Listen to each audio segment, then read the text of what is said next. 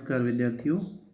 सुमित्रानंदन पंत के हमने कवि परिचय को पढ़ लिया है और अब हम लोग उनकी कविता को पढ़ने जा रहे हैं। थोड़ी सी लंबी अवश्य है, लेकिन बड़ी ही रोचक, बड़ी ही शानदार कविता रही है।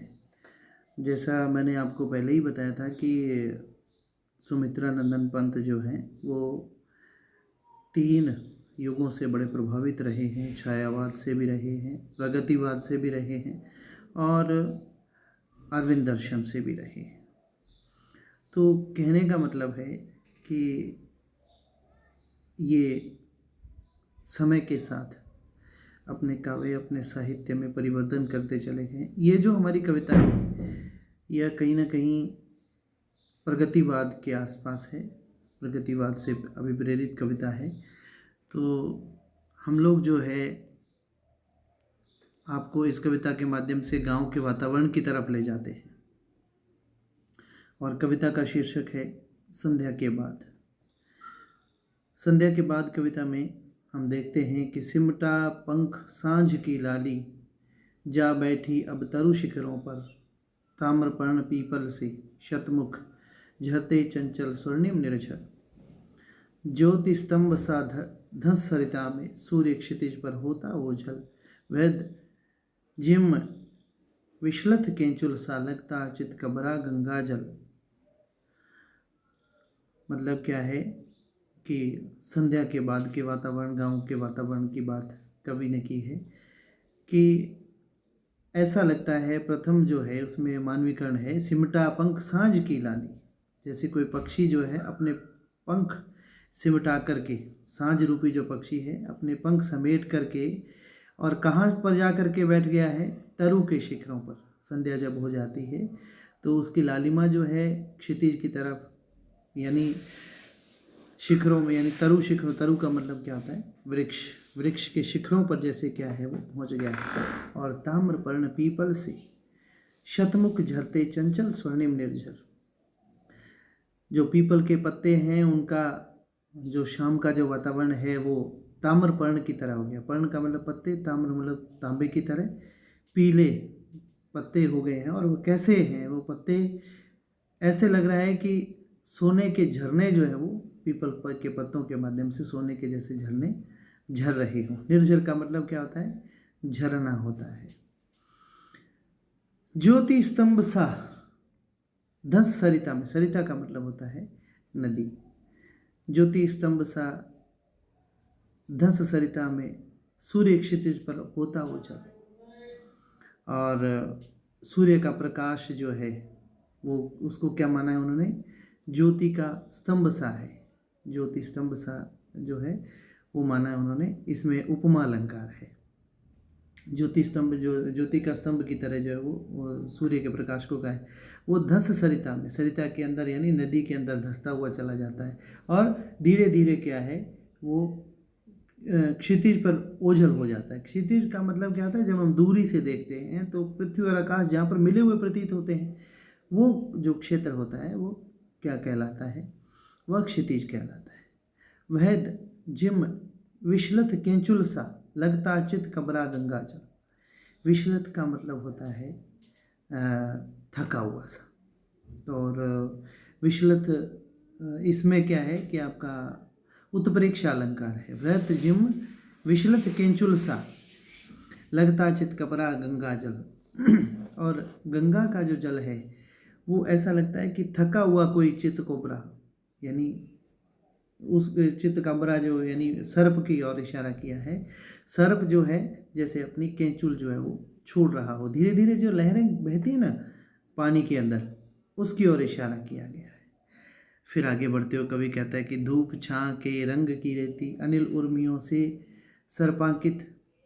धूप छाँव के रंग की रेती, रेत जो है धूप और छाँव के से परिपूर्ण होकर के, रेत जो है धूप छाँव के रंग की, अनिल का मतलब वायु, उर्मी का मतलब होता है किरणों का, सर्पांकित, सर्प की तरह अंकित जो है, सर्प जिस तरह से रेत के अंदर जो हवा की एक घेराव सा आ जाता है और वो घेराव जो है सर्पाकार की तरह हो जाती है। धूप छाँ के रंग की रेती, धूप छाँव के कारण जो है रंग की रेत जो है वो सर्प आकार की किरणों के माध्यम से जो है वो नदी के किनारे दिखाई देती है। नील लहरियों में लोड़ित, लोड़ित का मतलब होता है मथा हुआ। नील लहरियों में लोड़ित पीला जल रजत जलद से बिंबित, यानी नीली लहरें जो है, पानी जो है, नदी का पानी क्या है, नीली लहरों से क्या है मथा हुआ पानी, और पीला जल यानी उसके ऊपर जो प्रकाश पड़ता है, और ऊपर से क्या है रजत यानी चांदी की तरह क्या है, जलद का मतलब क्या होता है बादल, चांदी की तरह बादलों का जैसे बिंब जो है वो प्रतीत हो रहा है, यानी चांदी के समान सफ़ेद बादलों की छटा जो है वो जैसे बिखर रही हो। सिकता सलिल समीर सदा से, सिकता का मतलब होता है रेत, सलिल का मतलब होता है जल, समीर का मतलब होता है हवा। सिकता सलिल समीर सदा से स्नेह पाश में बंधे समुज्वल, यानी स्नेह पाश का मतलब क्या होता है प्रेम का बंधन, यानी रेत है, जल है और हवा है, ये आपस में क्या होती है प्रेम के बंधन में बंधे हुए हैं, और प्रेम के बंधन में ये बंधे हुए हैं। अनिल पिघलकर सलिल सलिल जो गति द्रव खो गया लवोपल, लवोपल का मतलब होता है बर्फ के टुकड़े या छोटे छोटे ओलों को जो है वो कहा जाता है। तो आगे बढ़ते हुए कवि कहता है कि अनिल पिघलकर सलिल, ऐसा लगता है कि जो हवा है वो पिघलकर पानी बनती है, और पानी अपनी गति खो करके छोटे छोटे बर्फ के टुकड़ों में या छोटे छोटे बर्फ के कणों में जो है बदल जाता है, और नदी के तट के आसपास ही जगह आकर के जैसे बिखर गया हो। अनिल पिघल कर सलिल, और सलिल जो गति द्रव खो गया, खो जो यानी जल है वो अपनी वास्तविकता को खो करके जैसे लवोपल यानी बर्फ के टुकड़े बन करके नदी के तट पर जैसे खो गया हो। शंख घंट बजते मंदिर में, लहरों में होता लय कंपन, और फिर जो है कवि आगे बढ़ते हुए कहता है कि मंदिर में जब आरती होती है और उसके जो मतलब उसमें जो घंटे बजते हैं संध्या के समय जो है, नदी तट के ऊपर जो मंदिर होते हैं उनकी आरती जब शुरू हो जाती है तो वहाँ के जब घंटे बजते हैं, शंख घंट बजते मंदिर में, लहरों में होता लय कंपन, जब मंदिर में घंटे बजते हैं तो नदी की लहरों में एक प्रकार से कंपन होने लगता है। दीप शिखा सा ज्वलित कलश, दीप शिखा का ज्वलित कलश, मंदिर के ऊपर जो कलश होता है वह भी सूर्य की लालिमा के प्रभाव से क्या है दीप शिखा यानी दीपक की लौ, शिखा का मतलब होता है लौ, दीपक की लौ की भांति आकाश में ऊपर उठकर आरती करता हुआ जान पड़ता है। वो भी ऐसे लगता है कि जब घंटे बजते हैं लहरों में कंपन होता है, और जो दीप शिखा की तरह जो है, दीप की लो की तरह जो है वो कलश जो है वो भी क्या है ऐसे लगता है कि नभ में उठकर करता नीराजन, नीराजन का मतलब होता है आरती, नभ में आकाश में उठकर जैसे वह कलश भी आरती कर रहा हो। और फिर क्या कहता है, उस नदी के तट पर बुगलों सी वृद्धाएं विधवाएं जब ध्यान में मगन, उसी तट के ऊपर क्या है बुगलों की पंक्तियाँ, बुगले जो होते हैं सफ़ेद होते हैं, और विधवाएं जो हैं उनके वस्त्र भी सफ़ेद धारण किए होते हैं। तो तट पर बुगलों सी वृद्धाएं, जो बूढ़ी विधवाएं हैं, वृद्ध विधवाएं हैं, जब ध्यान में मगन, वे अपने ध्यान में मगन पंक्ति में बैठी हुई प्रतीत होती हैं, और मंथर धारा में बहता, उनका जो है मंथर मंथर नहीं धीरे धीरे गति के अंदर बहता, जिनका अदृश्य जो दिखाई नहीं देता, गति अंतर रोदन, उनकी गति क्या है अंतर रोदन है। अंतर रोदन का मतलब क्या होता है आंतरिक वेदना, विधवाओं की वेदना अंदर ही अंदर वे उनकी घुटन होती है, आंतरिक वेदना की ओर इशारा किया है। दूर तमस रेखाओं सी उड़ती पंखों की गति सी चित्रित, और दूर कवि कहता है कि आकाश के अंदर उड़ती पंक्ति जो अंधकार की रेखाओं जैसी जो है वो लगती है। दूर तमस रेखाओं सी उड़ती पंखों की गति सी चित्रित, यानी पक्षियों की जो पंक्तियां हैं वो अंधकार की रेखाओं की तरह उड़ती हुई जो है वो प्रतीत होती हैं। और सोन खगों की संध्याकालीन जो पक्षी हैं। खग का मतलब क्या होता है? पक्षी होता है। सोन का मतलब सोने की तरह। पांति का मतलब पंक्ति। सोन खगों की पांति, आर्द्र ध्वनि से नीरव नभ करते मुखरित। और ऐसे जो हैं पक्षी, जो पक्षियों के पंख क्या हैं, वो सूर्य के प्रकाश से क्या है, सोने की तरह लगते हैं। और ऐसे स्वर्ण पक्षियों की पंक्ति और उनकी चहचहाट, और शांत आकाश में, नीरव का मतलब क्या होता है? शांत। और शांत आकाश में भी क्या है, नभ का मतलब आकाश के अंदर भी क्या है, मुखरित करने का मतलब उनकी आवाज़ निकलती है और वो गुंजार करते हुए प्रतीत होते हैं। स्वर्ण चूर्ण सी उड़ती गोरज, और सोने के चूर्ण की, गोरज का मतलब क्या होता है? शाम के समय की धूल। गांव का वातावरण है तो गोरज, रज का मतलब धूल होता है, गौ का मतलब गायों की जो धूल है, उसके ऊपर सूर्य की किरणों का प्रभाव होता है तो वो सोने जैसी प्रतीत होती है। स्वर्ण चूर्ण सी उड़ती गोरज, किरणों की बादल सी जलकर। ऐसा लगता है कि वो मतलब ऐसा सूर्य के जो लाल रंग का प्रकाश है उससे वो गोधूल जो है वो सुनहरी हो जाती है। और ऐसा लगता है कि जैसे बादल की ये किरणें क्या हो गई हैं, किरणों की बादल सी। बादल सी का मतलब इसमें उपमा अलंकार है। किरणों की बादल सी जलकर सनन तीर सा जाता नभ में। और आकाश में पक्षी जो है वो अपनी गूंज के माध्यम से और फड़फड़ाहट के साथ जब वो आकाश में उड़ते हैं तो ऐसा लगता है कि कोई तीर जो है आकाश में बहुत तेजी से सनसनाता हुआ निकल गया हो। सनन तीर सा जाता नभ में, ज्योतित पंखों कंठों का स्वर। ज्योतित पंखों कंठों का स्वर। और इसमें क्या होता है, कवि ने मतलब पंखों का के माध्यम से बताया कि ज्योतित पंखों का यानी चमकीले उनके पंख, और कंठों का स्वर यानी उन पक्षियों की आवाज़ जो है वो सुनहरी प्रतीत होती है। तो ऐसा लगता है कि जैसे तीर जो है वो निकल गया वो ऊपर से। फिर क्या कहता है कि लौट खग गायें घर लौटी। संध्या के बाद में जो है, खग का मतलब पक्षी, पक्षी अपने घरों में आ गए, गायें अपने घर में आ गई। लौटे कृषक शांत चलत डगधर। और कृषक जो है श्रांत मतलब थके हुए, मेहनत करके, श्लथ यानी थके हुए से, डग यानी रास्ते के ऊपर अपने पांव रखते हुए चले आते हैं। फिर क्या है, थके हारे कदमों से वो लौटते हैं तो छिपे गृहों में मलान चराचर, छाया भी हो गई अगोचर। और वे सभी अपने अपने घरों में जाकर के छिप गए हैं और अंधकार के कारण अब जो छाया है उनकी वो भी दिखाई नहीं देती। अगोचर का मतलब जो दिखाई नहीं देती। लौट पैंठ से व्यापारी भी जाते घर उस पार नाव पर। और जो व्यापारी लोग हैं, जो व्यापार करने वाले लोग होते हैं, लौट पैंठ से, पैंठ का मतलब बाजार से, लौट पैंठ से व्यापारी भी जाते घर उस पार नाव पर। अपने उस पार नाव के ऊपर बैठ करके वो भी जाते हैं। कुछ ऊँटों पर घोड़ों के संग बैठे, कुछ घोड़ों के साथ जो है वो बैठे हुए, खाली बोरों पर हुक्का भर।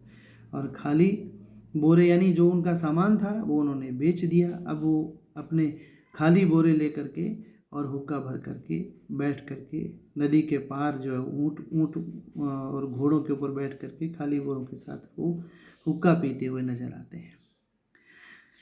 फिर जो है वो हम आगे बढ़ते हैं कि जाड़ों की सूनी द्वाभा में। जाड़े की ऋतु जो है और जाड़े की सूनी द्वाभा में, द्वाभा का मतलब होता है दोहरी चमक, या जो संध्या का प्रकाश होता है उसको कहा जाता है। जाड़ों की सूनी द्वाभा में झूल रही निशि छाया गहरी। जाड़ों की जो चमक है, जाड़ों की जो दोहरी चमक है, उसके भीतर जो है छाया जो है यानी रात्रि, निशि का मतलब रात्रि की छाया जो है वो गहराई से जैसे झूले, मतलब कहने का मतलब है गहरी अंधेरी रात। और डूब रहे निष्प्रभ विषाद में। और ऐसा लगता है कि निष्प्रभ होकर के, या निष्प्रभ का मतलब बिना प्रभाव के या बिना चमक के। विषाद का मतलब दुख या निराशा कह सकते हैं। डूब रहे निष्प्रभ विषाद में क्या, खेत बाग गृह तरु तट लहरी।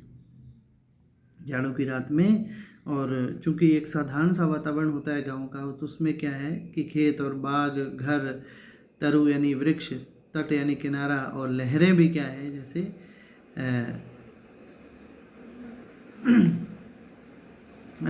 एक प्रकार से अंधकार में डूबे हुए प्रतीत होते हैं। बिरहा गाते गाड़ी वाले, और रात के इस वातावरण में जो गाड़ीवान होते हैं, गाड़ी वाले यानी जो गाड़ीवान होते हैं, वो गीत, विरह का गीत गाते हुए चलते हैं। भूख भूख कर लड़ते कूकर, कूकर का मतलब होता है कुत्ता, और कुत्ते भी क्या हैं, रास्ते में कुत्ते भी भौंक भौंक करके लड़ते हुए दिखाई प्रतीत होते हैं। हुआ हुआ करते सियार, और जो सियार है वो उन अपनी हुआ हुआ की आवाज़ निकालते हैं। देते विषण निशी बेला को स्वर, विषण का मतलब होता है दुख, देते विषण निशी बेला को, और ऐसे इनकी जो स्वर हैं ये दुखी रात को भी मानो सहानुभूति की आवाज़ जैसे प्रदान कर रहे हो। देते विषण निशी बेला को स्वर, यानी दुख भरी जो रात्रि है उसको भी मानो ये अपनी सहानुभूति की आवाज़ दे रहे हो। ये जो आया ना भूख भूख, इसमें पुनरुक्ति प्रकाश अलंकार आया है इसमें। माली की मड़ई से उठ, मड़ई का मतलब होता है झोंपड़ी। माली की मड़ई, माली की मड़ई से उठ, नभ के नीचे नभ सी धूमाली, धूमाली का मतलब धुएं जैसा। माली की मड़ई से उठ, नभ के नीचे नभ सी धूमाली, मंद पवन तिरती नीली रेशम सी, नीली रेशम की सी हल्की जाली। और कहता है कि शाम होने के बाद में माली की झोंपड़ी से आकाश के नीचे धुआं सा उठने लगता है, और ऐसा लगता है कि जैसे वहाँ पर कुछ खाना बनाया जा रहा हो, खाना पकाने के लिए जलाएगी। तो वो क्या है, मंद पवन तिरती नीली रेशम सी हल्की जाली, जैसे क्या है कि वो धुएं की जो लकीर है वो ऐसे जान पड़ती है जैसे कोई नीले रेशम की हल्की जाली जो है वो बह रही हो।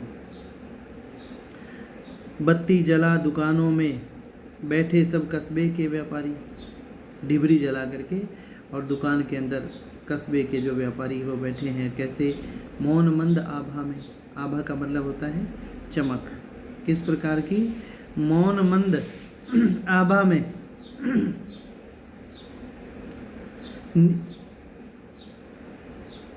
हिम की ऊँग रही लंबी अंधियारी, और ठंड की वजह से क्या है कि ऐसी आभा, ऐसी ठंड की वजह से आभा जो है वो ऐसी मंद पड़ जाती है कि रात के अंधेरे मानो क्या है हिम का प्रसार, है ना। हिम की ऊँग रही लंबी अंधियारी, ऊँगने का मतलब अलसाया हुआ, जैसे ऊँग रहा हो, यानी सर्दी के प्रभाव से जाड़े की जो अंधेरी रात है वो क्या कैसी प्रतीत होती है, वो लंबी मालूम प्रतीत होती है। धुआं अधिक देती है टिन की डबरी, कम करती उजियाला। वो जो टिन की, क्योंकि ये गरीबी की ओर संकेत किया है ना इन्होंने, गांव के वातावरण का संकेत किया है, तो वो व्यापारी भी क्या है, धुएं की जो डिबरी जब चलाते हैं तो उजाला तो कम करती है, लेकिन वो क्या है धुआं जो है वो ज़्यादा कर देती है। मन के कड़ अवसाद श्रांति, अवसाद का मतलब होता है दुख, और श्रांति का मतलब होता है थकान। मन से कड़ अवसाद श्रांति, आँखों के आगे बुनती जाला। ऐसे लगता है कि मन का जो अवसाद है, थकान का जो मन का अवसाद है, वो आँखों के सामने क्या है एक जाला बुनते हुए प्रतीत होता है। छोटी सी बस्ती के भीतर लेन देन के थोथे सपने, छोटी सी बस्ती है और उसके बीच में क्या है लेन देन के थोथे क्या है होते हैं, सपने होते हैं। लेन देन की बातें करना क्या होती है, थोथे का मतलब व्यर्थ होता है। और ग्राहक जो है वो ना के बराबर है, एक प्रकार से ग्राहक क्या है न के बराबर है। दीपक के मंडल में मिलकर मंडराते घिर सुख दुख अपने, और दीपक के मन के अंदर जो है यानी दीपक के मंद प्रकाश में घेरे में उनके जो सुख दुख हैं उबर करके और मंडराते हुए प्रतीत हो। दीपक के मंडल में मिलकर मंडराते घिर सुख दुख के अपने, और कंप कंप उठते लौ के संग कातर उड़ क्रंदन। कातर का मतलब होता है उदास, या जिसको अपने दुखी कहते हैं। कंप कंप उठते लौ के संग कातर उड़ क्रंदन मूक निराशा, यानी संध्या के समय जो है गांव के वातावरण में, गांव जो है वो गरीबी में है और गरीबी का साम्राज्य है, इसी कारण जो है उनके हृदय जो हैं वो क्रंदित हो जाते हैं, उदास हो जाते हैं, दुखी होते हैं, और उसमें निराशा का भाव जो है, मूक निराशा, जो एक चुपचाप निराशा जो है वो रहती है।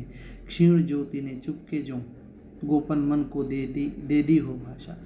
और क्षीण का मतलब क्या होता है, कमज़ोर, जिसको अपने कहते हैं।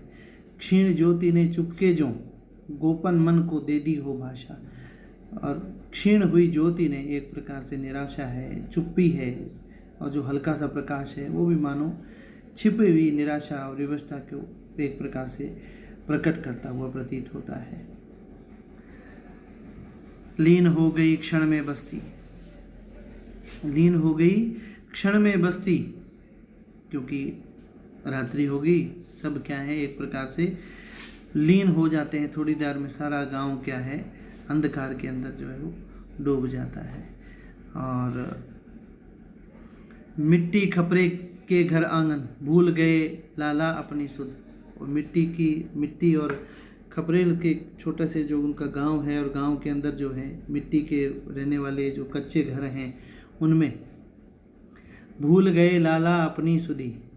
और उसके अंदर जो क्या है कि जो दुकानदार होता है उसकी छोटी सी दुकान है, छोटा सा उसका गांव है, वो अपनी सुध क्या है वो भूल जाता है, और वो अपने ही मूलधन ब्याज हिसाब के अंदर क्या है अपने आप को समाहित कर लेता है, उसी में रह जाता है।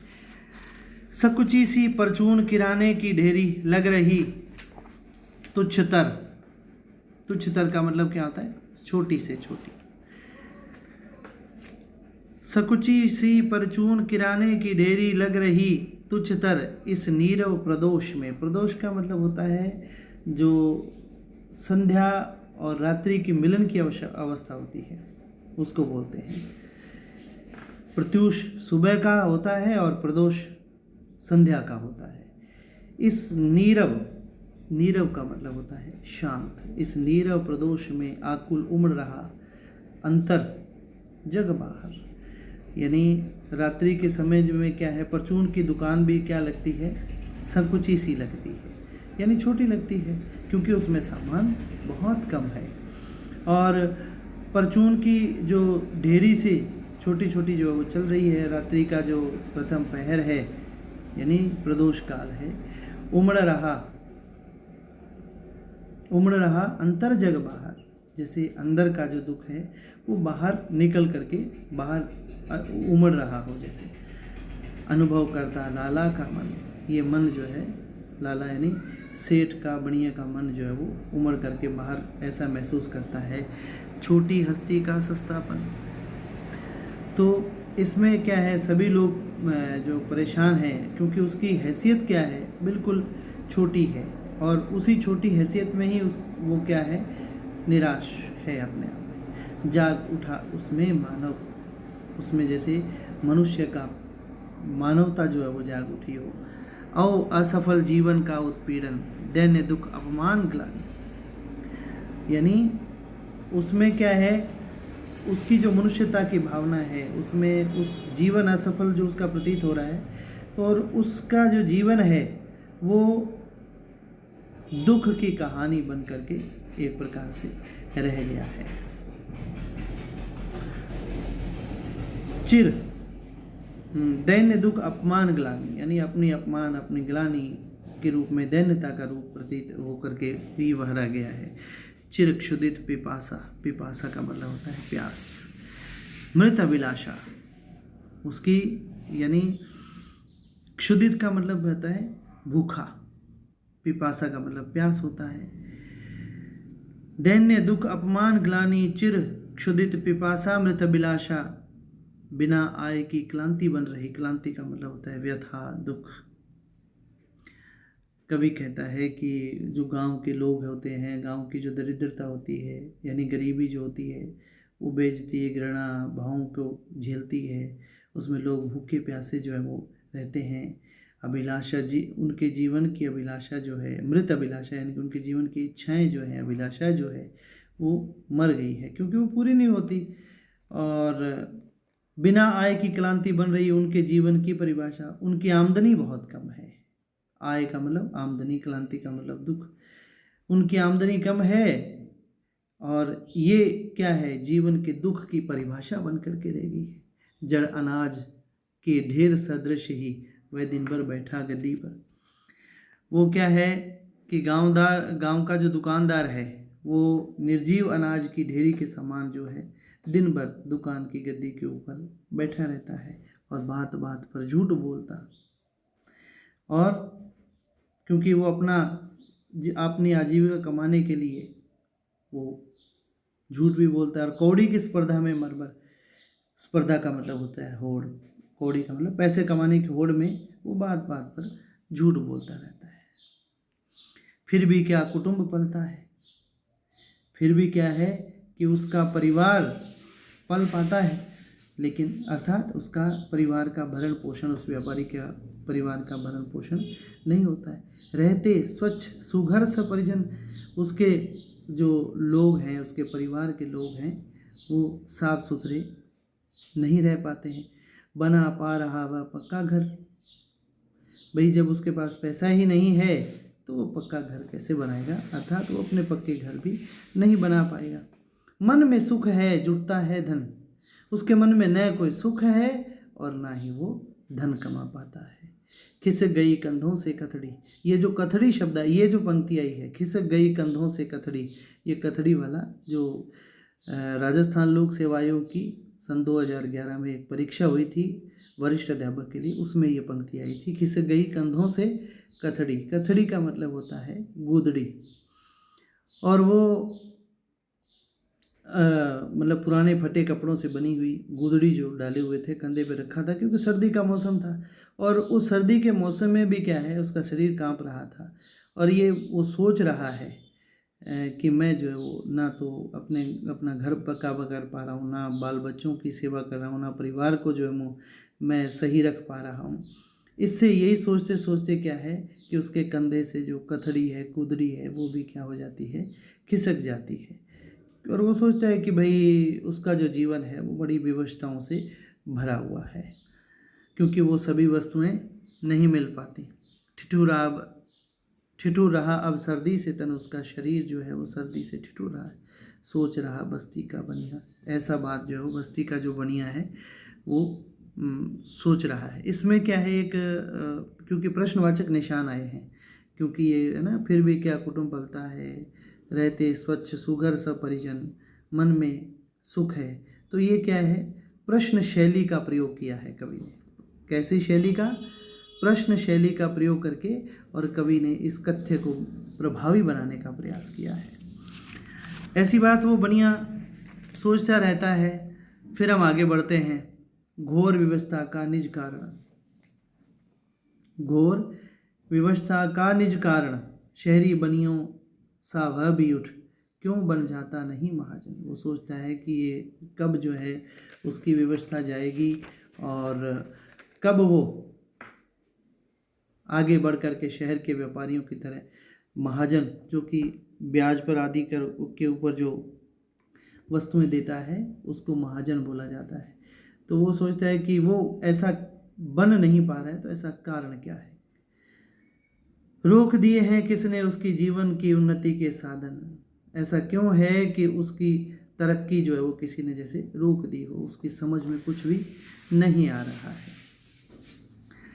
यह क्या संभव नहीं व्यवस्था में जग की कुछ हो परिवर्तन, क्या यह संभव नहीं है कि इस संसार में व्यवस्था में कुछ परिवर्तन हो, और वो परिवर्तन किसके आधार पर होना चाहिए, कर्म और गुण के समान ही, कर्म और गुण के आधार पर उसमें परिवर्तन होना चाहिए। सकल आय व्यय का हो वितरण, सकल यानी सभी की जो है आय का और व्यय का वितरण जो है वो समान होना चाहिए। घुसे घरौंदों में मिट्टी के अपनी अपनी सोच रहे जन, अपने मिट्टी के घरौंदों के अंदर घुसे हुए सभी लोग क्या है, ये सोचते हैं कि सब में जो है वो समानता क्यों नहीं है, समानता के व्यवहार क्यों नहीं है, क्यों कच्चे घर हैं और एक समान का जो सदुपयोग यहाँ पर उनका प्रगतिवादी दृष्टिकोण इस कविता में आ रहा है। सब क्या है, मिलकर के सभी समान क्यों नहीं,